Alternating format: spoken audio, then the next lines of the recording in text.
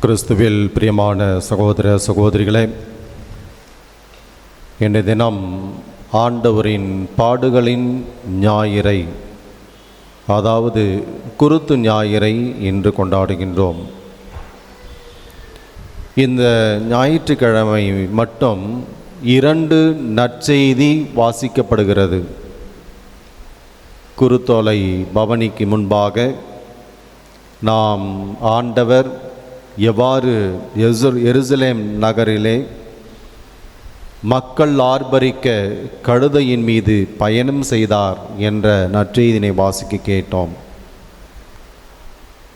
அந்த எருசலேம் குருத்தோலை பயணம் ஆடம்பர பயணமாக இருந்தது. இப்பொழுது நாம் கேட்ட நற்செய்தி இயேசுவின் சிலுவை பயணம், பாடுகளின் பயணம். ஆண்டவர் பட்ட வேதனை, நமக்காக சிந்திய இரத்தம், நம்மை தூய்மைப்படுத்துவதற்காக தன்னையே பலியாக கொடுத்த நிகழ்வை நாம் சிந்தித்தோம். இந்த முதல் நற்செய்தியில் ஆண்டவர் இயேசு தனது சீடர்களை இந்த ஊருக்கு செல்லுங்கள், இந்த இடத்திற்கு செல்லுங்கள், அங்கே ஒரு கழுதை கட்டியிருப்பதை காண்பீர்கள் என்று சொல்லுகின்றார். இயேசு யாரு, எங்கே, எந்த இடத்துல இருப்பார்கள் என்பதை மிகவும் தெளிவாக அறிவுறுத்தி தன்னுடைய சீடர்களுக்கு அனுப்புகிறார். நம்ம எங்கேயாவது தெரியாத ஒரு இடத்திற்கு போகிறோம் அல்லது ஒரு ஊருக்கு பயணம் செய்கின்றோம் என்றால் இப்போல்லாம் ரொம்ப easy. GPS, global positioning system, இதை நம்ம போட்டு எந்த இடத்துல எந்த ரூட்டில் போனால் சீக்கிரம் போகலாம் அப்படின்ட்டு நம்ம போயிடுறோம். ஆண்டவர் தான் உருவாக்கிய இந்த படைப்பில் யார், எங்கே, எந்த இடத்தில் எப்படி இருக்கிறார் என்பதை அறிந்து கொண்டவராக இருக்கின்றார். எனவே தான் இயேசு தனது சீடர்கள்ட்ட, நீங்கள் இந்த இடத்துக்கு போங்க, இன்னாரிடம் நீங்கள் இந்த கழுதை இருப்பதை காண்பீர்கள், யாராவது கேட்டால் இது ஆண்டவருக்கு தேவை என்று சொல்லி அங்கிருந்து இந்த கழுதை கூட்டி வாருங்கள் என்று சொல்லுகின்றார். இயேசு தன்னுடைய பணி வாழ்விலும் மத்தேயுவை அழைக்கின்றார். அங்கே சுங்கத்துறையில் இருப்பார், அந்த இடத்துக்கு போகிறாரு. அந்த இடத்துலேருந்து மத்தேயுவை அழைத்து வரார். சக்கேயுவை பார்க்குறாரு. சக்கேயு, அவ்வளோ கூட்டம் இருக்குது, ஆனால் அவன் ஒரு மரத்தில் மேல் இருப்பதை பார்த்து கீழே வா என்று அழைக்கின்றார். ஆண்டவர் இயேசு ஒவ்வொருவரும் எந்த இடத்தில் இருக்கிறார்கள் என்பதை அறிந்து அவர்களை தனது பணிக்காக அவர் அழைக்கின்றார். பிரியமானவர்களே, இந்த குருத்து ஞாயிறான இன்று இந்த கழுதையை சுமந்து, இந்த கழுதையின் மீது இயேசு வந்த அந்த பவனியை சற்று நாம் தியானிக்க அழைக்கப்படுகின்றோம். இந்த கழுதை ஆண்டவருக்கு தேவை என்று அழைத்து வரப்படுகின்றது. யாராவது கேட்டால் இது ஆண்டவருக்கு தேவை என்று சொல்லுங்கள் என்று ஆண்டவர் அறிவுறுத்துகின்றார். பிரியமானவர்களே, இன்றும் ஆண்டவர் இயேசு ஐ நீட் யூ, நீங்கள் எனக்கு தேவை என்று சொல்லி ஆண்டவர் நம் ஒவ்வொருவருக்கும் அழைப்பு கொடுக்கின்றார். இயேசுவினுடைய பணி வாழ்வில் பார்க்கிறோம். அங்கு முதல் அரும் அடையாளம் கானாவூரில் நடைபெறுகிறது. அங்கே தண்ணீரை திராட்சரசமாக மாற்றார். ஆண்டவருக்கு அந்த புதுமையை செய்ய அந்த மனிதர்களினுடைய ஒத்துழைப்பு தேவைப்பட்டது. 6 கற்சாடிகளில் தண்ணீரை நிரப்பினார்கள். அதன் மூலமாக ஆண்டவர் அந்த புதுமையை நிகழ்த்தினார். 5000 பேருக்கு ஆண்டவர் இயேசு உணவு கொடுத்தார்.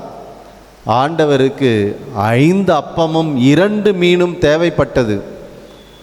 இந்த 5000 பேருக்கு உணவு கொடு, மிகப்பெரிய புதுமையை நிறைவேற்ற ஆண்டவருக்கு இந்த 5 அப்பமும் 2 மீனும் தேவைப்பட்டது.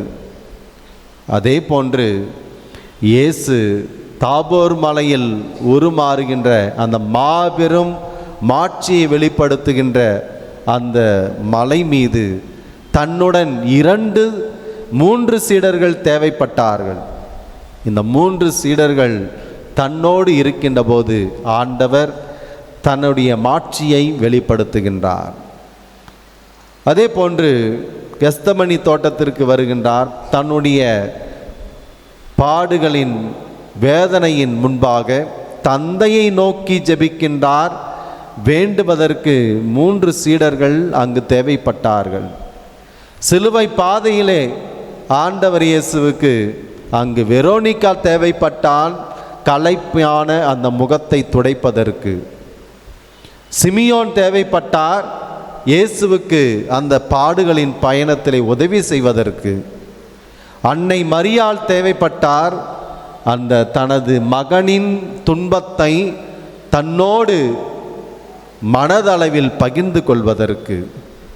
இவ்வாறு ஆண்டவருக்கு பலரும் தேவைப்பட்டார்கள். இன்றும் ஆண்டவர் நம் ஒவ்வொருவரையும் பார்த்து நீ எனக்கு தேவை என்று கூறுகின்றார். நீ எனக்கு தேவை என்று கூறுகின்றார். எதற்காக? நான் உனக்காக இரத்தம் சிந்தினேன், நீ தூய்மையான வாழ்வினை வாழ. உன்னிடம் இருக்கின்ற அன்பு எனக்கு தேவை, உன்னிடம் இருக்கின்ற தூய உள்ளம் எனக்கு தேவை, உன்னிடம் இருக்கின்ற மகிழ்ச்சியும் அமைதியும் எனக்கு தேவை என்று சொல்லி ஆண்டவர் நம் அனைவரையும் முழுமையாக அவரிடம் ஒப்பு கொடுக்க நீ எனக்கு தேவை என்று சொல்லுகின்றார். பிரியமானவர்களே, இந்த கழுதைய ஆண்டவர் ஏன் தேர்ந்தெடுத்தார்? விவிலியத்தில் பார்க்கிறோம், இந்த குதிரை அரசன் போர் புரிகின்ற போது வீரமாக போரில் சென்று வெற்றி பெற்று வெற்றி பயணத்திலும் குதிரையின் மீது பயணிப்பது வழக்கம். இதுதான் நம்ம இந்த வரலாற்றில் அரசர்களுடைய இந்த போர் புரிகின்ற ஒரு வாகனமாக. போரிலே வெற்றி பெற்ற பின் ஆர்ப்பரிப்போடு மிகப்பெரிய வரவேற்பும் அரசனுக்கு, குதிரையின் மீது வீரத்தோடு வரும் அரசனுக்கு கொடுக்கப்பட்டது. ஆனால் நம்ம விவிலியத்தில் பார்க்குறோம், குதிரையை விட இந்த கழுதையை தான் அதிகமாக விவிலியத்தில் குறிப்பிடப்பட்டு இருக்கின்றது. சகரியா 9:9 அங்கே பார்க்குறோம், சீயோன் மகளே மகிழ்ச்சியால் ஆர்ப்பரி, ஏனெனில் உன் அரசர் கழுதையின் மீது வருகிறார் என்று சொல்லி வெற்றியின் ஆர்ப்பரிப்பில் மகிழ அங்கே சீயோன் மகளுக்கு அழைப்பு கொடுக்கப்படுகின்றது. எண்ணிக்கை நூல் 22:22 வசனத்திலிருந்து நம்ம தொடர்ந்து பார்க்குறோம். அங்கே பார்க்கின்ற போது என்ன நடக்குதுனாக்க, பிலோபாம் என்ற போலி இறைவாக்கினரை இந்த இஸ்ராயேல் மக்களை சபிப்பதற்கு கழுதையின் மீது அனுப்புகிறாங்க. இந்த இஸ்ராயேல் மக்களை போய் சாப விடணும் அப்படின்ட்டு பிலேயாம் என்ற இறைவாக்கினர் கழுதையின் மீது பயணிக்கிறார். இந்த கழுதையின் மீது பயணிக்கின்ற போது ஆண்டவர் இஸ்ராயேல் மக்களை எப்படி காப்பாற்றுறார் பாருங்க. அந்த கழுதை பாதையிலே சென்று கொண்டிருக்கிறது. இந்த சபிப்பதற்காக தனது பயணத்தை கழுதையின் மீது மேற்கொண்டிருந்த இந்த பிலேயாமின் அதற்கு கட்டளையிடுகிறான், நீ வேகமாக போ, சீக்கிரமாக போ அப்படின்னு சொல்லிட்டு அந்த கழுதை பாதையில் மாறி அது வயல்வெளிக்குள் நுழைகின்றது, திராட்சை தோட்டத்திற்குள் நுழைகிறது. அப்போ திராட்சை தோட்டத்துக்கு போனோடனே தடி எடுத்து அடிக்கிறான். தடி எடுத்து அடித்து, இந்த பாதையில் போ, நீ எங்கே போகிற திராட்சை தோட்டத்துக்குள்ள அப்படின்ட்டு. ஆனால் அந்த கழுதை அவன் சொல்கிறத கேட்கல. அந்த திராட்சை தோட்டத்திற்கு உட்புறம் செல்லுகிறது. அங்கே மதிர்ச்சுவர் முன்பாக நிற்கிறது. அப்போ என்ன சொல்கிறான், இடப்பக்கம் போகலான்ட்டு அதை அடிக்கிறான். இடப்பக்கம் திரும்பினாலும் அதனால் திரும்ப முடியவில்லை. வலப்பக்கம் திரும்பி செல்லலாம் என்றாலும் வலப்பக்கம் திரும்ப முடியவில்லை. எந்த பக்கம் திரும்ப முடியல. அது அடி தாங்காமல் அங்கேயே அது படுத்து விடுகிறது. அப்போ அதை பார்த்து அவன் திட்டுறான், உனக்கு என்ன ஆச்சு? நான் எங்கே போயின்னு இருக்கேன்னு தெரியாமல் இங்கே வந்து படுத்துனுக்கிறேன்ட்டு. அப்பொழுது கழுதை பேசியது.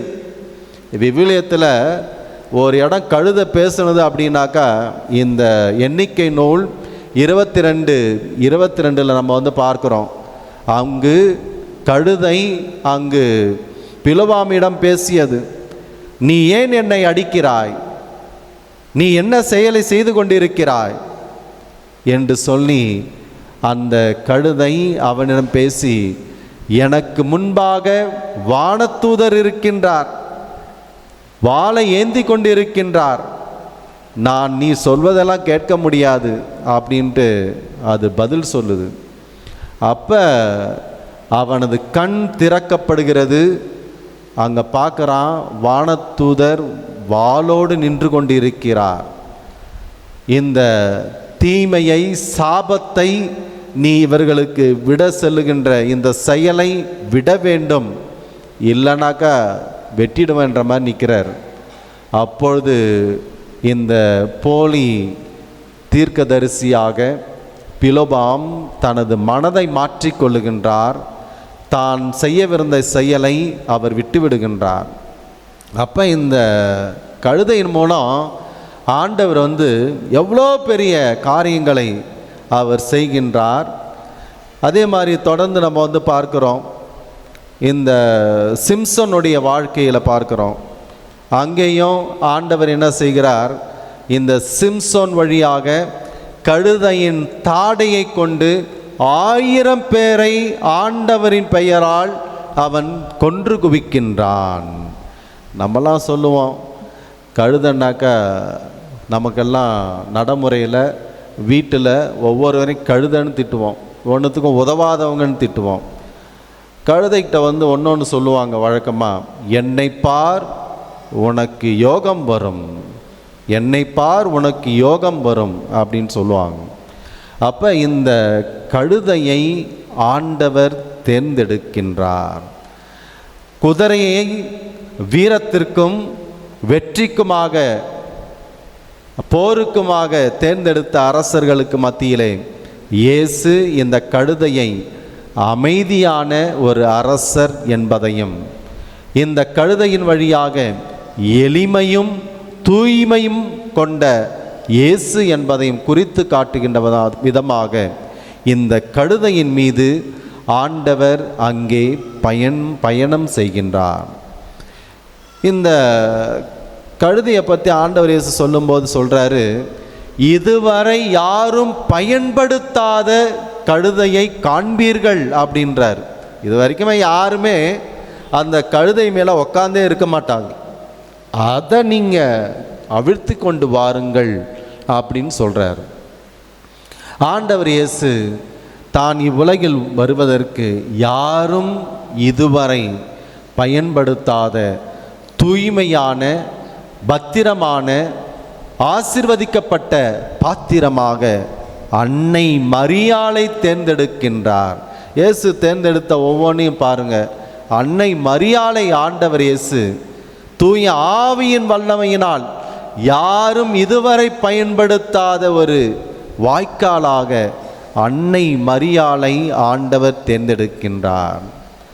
அதே மாதிரி பார்க்கிறோம், ஆண்டவர் இயேசு இதுவரை யாரும் அடக்கம் செய்யப்படாத கல்லறையை ஆண்டவருக்கு தேர்ந்தெடுக்கப்படுகிறது. யாருமே இது வரைக்கும் அடக்கம் செய்யப்படாத ஒரு கல்லறை, அந்த கல்லறையில் தான் ஆண்டவர் இயேசுவை அங்கு அடக்கம் செய்கின்றார்கள். பிரியமானவர்களே, இன்றும் ஆண்டவர் நம்மை தேர்ந்தெடுக்கின்றார். தன்னுடைய பிள்ளைகளாக இருப்பதற்காக, தன்னுடைய பணி செய்வதற்காக, தன்னை போன்று தூய்மையான வாழ்வு வாழ்வதற்காக, அவரோடு இணைந்து பயணிக்க நமக்கு ஆண்டவர் அழைப்பு கொடுக்கின்றார். இந்த பயணத்தில் வந்து பார்க்கிறோம், இயேசுவினுடைய பிறப்பு முன்பாகவே கழுதையின் மீது அங்கு அவர் பயணிக்கின்றார். லூக்கா எழுதிய நற்செய்தி 2ஆம் அதிகாரத்தில் நம்ம பார்க்கிறோம். அங்கு அன்னை மரியாள் கருவுற்றிருக்கின்றார். வானதூதர் அங்கு அன்னை மரியாளுக்கும் யோசேப்புக்கும் எச்சரிக்கை கொடுக்குறாங்க. எனவே என்ன பண்ணுறாங்க, அங்கே கழுதையின் மீது கருவுற்றிருந்த அன்னை மரியாளை ஏந்தி கொண்டு அந்த யோசேப்பு அங்கு இரவோடு இரவாக பயணிக்கின்றார். இரவோடு இரவாக அவர் பயணிக்கின்றார். அப்போ இங்கே பார்க்குறோம், அந்த கழுதையின் மீது ஆண்டவர் இயேசு அங்கு பிறப்புக்கு முன்பாக பயணிக்கின்றார். அங்கே பாலன் பிறக்கின்றார். பிறந்தவுடனே அமைதியின் அரசர் என்று சொல்லி வானதூதர் அவரை பாடுகின்றார்கள். கழுதையின் மீது கருவுற்றிருந்த நிலையிலேயே அமைதியின் மன்னராக பயணிக்கின்றார். அதே மாதிரி இந்த குருத்தோலை பவனியில் அங்கு ஓசானா, தாவீதின் மகனுக்கு ஓசானா என்று சொல்லி ஆர்ப்பரித்த மக்கள் அமைதியின் அரசராக ஆண்டவர் இயேசுவை எருசலேம் நகருக்குள் அவரை அழைத்து சென்றார்கள். பிரியமானவர்களே, இந்த குருத்தோலை பவனியில் ஆண்டவரை ஆர்ப்பரித்து அழைத்து சென்ற இந்த மனிதர்கள் மத்தியில் எவ்வளவு பெரிய முரண்பாடுகளை நம்மால் காண முடிகிறது. வாழ்க என்று குருத்தோலை பவனியிலே சொன்னார்கள். இந்த சிலுவை பாடுகள் நிறைந்த இந்த பவனியிலே அவர்கள் ஒழிக என்று சொன்னார்கள். இங்கே மக்கள் திரள் ஆர்ப்பரித்தது. ஆண்டவர் பெயரால் வருகிறவர் ஆசீர் பெற்றவர் என்று ஆர்ப்பரித்தது. இவரைத்தான் நாம் அரசராக கொண்டிருக்க வேண்டும் என்று சொன்னது. ஆனால் இந்த பாடுகளில் ஒழிக, சிலுவையில் அறையும் என்று சொல்லி அவர்கள் முரண்பாடு கொண்டவர்களாக இருந்தார்கள். யார் உன்னை விட்டு சென்றாலும் நான் உன்னை விட்டு பிரிய மாட்டேன் என்று சொன்னார். யூதாஸ் காட்டி கொடுத்தான். பேதுரு மும்முறை மறுதலித்தார். சீடர்கள் அவரை விட்டு ஓடி போனார்கள். பாடுகளின் பயணத்தில் அங்கு பெரும் திரளான மக்கள் இல்லை, ஆர்ப்பரித்த மக்கள் இல்லை. இயேசு அங்கு சிலுவையை சுமந்து கொண்டு தானே இந்த பயணத்தை மேற்கொண்டார். ஒருத்தன் கிரிக்கெட் பார்த்துக்கிட்டே இருந்தான். கிரிக்கெட் மேட்ச்சு பார்க்கறதுக்கு முன்னாடி நம்ம டீம் சூப்பர், நம்ம டீம் மாரி வருமா, நம்ம டீம் தான் கிரிக்கெட்டில் பெஸ்ட்டு டீம் அப்படின்ட்டு கிரிக்கெட் மேட்சுக்கு முன்னாடி பலவாறு புகழ்ந்து பேசி கொண்டு இருந்தான். கிரிக்கெட் மேட்ச் முடிஞ்சது. மேட்ச்சில் டீம் தோத்துருச்சு. அப்போ அவன் சொன்னான், இவனுங்களை மாரி ஒரு முட்டாளுங்க கிடையாது, ஒஸ்ட்டு டீம், இவனை மாரி ஒரு ஒஸ்ட்டு பேட்ஸ்மேன் கிடையாது, இந்த டீமை போய் செலக்ட் பண்ணியிருக்கிறாங்களே. மேட்சுக்கு முன்னாடி பெஸ்ட்டு டீம், சூப்பர் டீம், இதை மாதிரி ஒரு டீம் கிடையாதுன்னா, ஆனால் தோத்த உடனே ஒஸ்ட்டு டீம், இதை மாதிரி ஒரு டீமை பார்த்ததே இல்லை என்று சொல்லி அவர்களை விமர்சிப்பதை நாம் பார்க்கிறோம். இது நம்ம அன்றாட வாழ்க்கையில் நாம் கண்கூடாக பார்க்கிறோம். ஒரு சில சமயங்களில் நமக்கு நல்லது நடக்கிறது, அவர்களால் நமக்கு பயன், அவர்களால் நல்லது கிடைக்கும் என்கின்ற போது நாம் பலவாறு பாராட்டுகின்றோம், பலவாறு வார்த்தைகளை அடுக்கிக் கொண்டே பலரை பற்றி புகழ்ந்து பேசுகிறோம். ஆனால் நினச்சது நடக்கலை, நினச்சது கிடைக்கல அப்படின்னாக்கா எவ்வளவு கேவலமாக, எவ்வளவு இழிவாக பேச முடியுமோ அவ்வளவு இழிவாக பேசுவோம். மனிதரின் மனநிலை இப்படித்தான் இருந்தது இயேசுவின் இந்த குருத்தோலை பவனியிலும் இந்த சிலுவை பாடு என்னும் இந்த பயணத்திலும். ஆனால் ஆண்டவர் இயேசு இந்த குருத்தோலை பவனியில் இவர்கள் வாழ்க என்று சொன்னவுடன் அவர் புகழின் உச்சிக்கு சென்று விடவில்லை.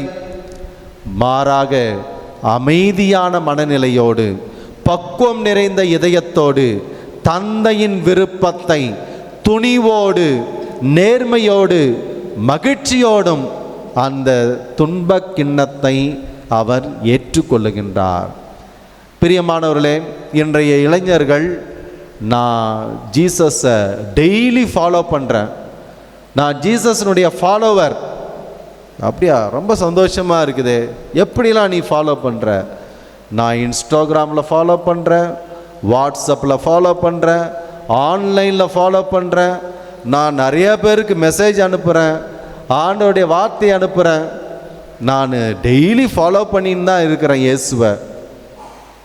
இப்படிப்பட்ட ஒரு பின்பற்றுதல் இன்றைய காலகட்டத்தில் இருக்கும் என்றால் அது அல்ல இயேசுவின் உண்மை சீடராக பின்பற்றுவது.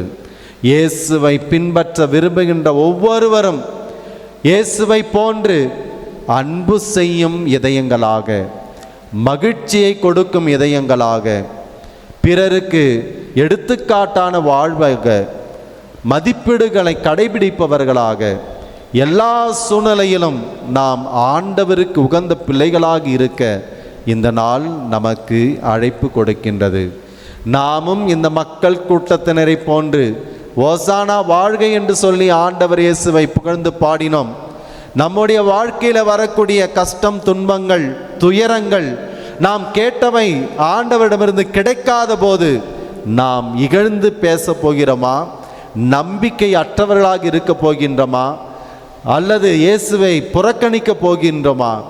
மாறாக அமைந்த மனதோடு, ஆண்டவரே உமக்காக நான் ஏற்றுக்கொள்கிறேன், நான் உமக்கு தேவை, எனக்கு நீர் இருக்கின்றீர் என்ற துணையோடு, தைரியத்தோடும் மன வலிமையோடும் இயேசுவின் மதிப்பீடுகளை நமதாக்கி கொண்டு வாழ்வில் வருகின்ற ஒவ்வொரு காலகட்டத்திலும் இயேசுவே நமது ஆண்டவர் என்று சொல்லி துன்பங்களை ஏற்று மகிழ்ச்சியுடன் பயணிக்க சிறப்பாக இந்த நாள் நமக்கு அழைப்பு கொடுக்கின்றது. எனவே இந்த புனித வாரத்தை தொடங்கி இருக்கின்ற வேளையில் நாம் அதிக நேரம் ஜபத்தில் ஈடுபடவும், வரவிருக்கின்ற நாட்களிலே இந்த புனிதமான திரு நிகழ்வுகள் அனைத்திலும் ஆர்வத்தோடும் மன மகிழ்ச்சியோடும் பங்கெடுத்து ஆண்டவரின் பாடுகளையும் அவரின் போதனைகளையும் முழு மனதோடு தியானித்து ஜெபித்து வாழ தொடர்ந்து மன்றாடுவோம்.